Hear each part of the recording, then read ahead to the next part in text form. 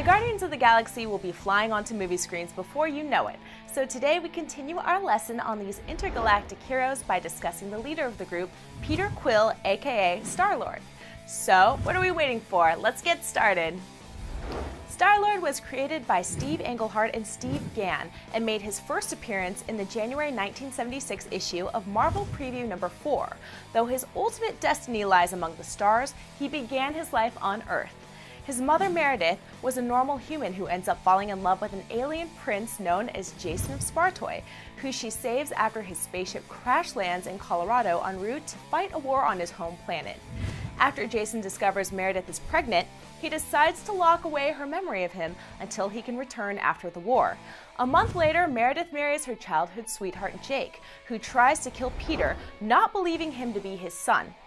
Jake ends up having a heart attack and dies before he can carry it out, though. Peter grows up a lonely child raised by his widowed mother. Several years later, Peter's real father asks his uncle to go to Earth and retrieve his family. Wanting the throne for himself, Jason's uncle sends someone to kill them instead. Peter witnesses his mother being killed by aliens and swears to one day avenge her death. Meanwhile, Jason is told that Meredith and the baby died in childbirth. Peter spends some time in an orphanage, but eventually escapes and goes to college to become an astronaut. When a celestial apparition appears on a NASA space station offering a worthy candidate the chance to become the interplanetary policeman known as Starlord, Peter volunteers but is passed over by his superiors for someone with more experience. Seeing his chance to avenge his mother's death slipping away, Peter becomes extremely angry and violent.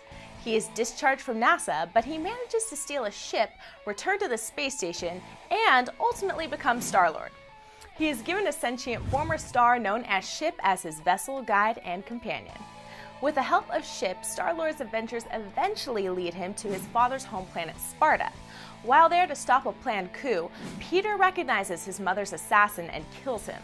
This leads him into a battle with his great uncle. Being a superior duelist, Star-Lord is disarmed and unmasked. His great uncle is taken aback by Peter's resemblance to Jason, which gives Peter the opportunity to kill him.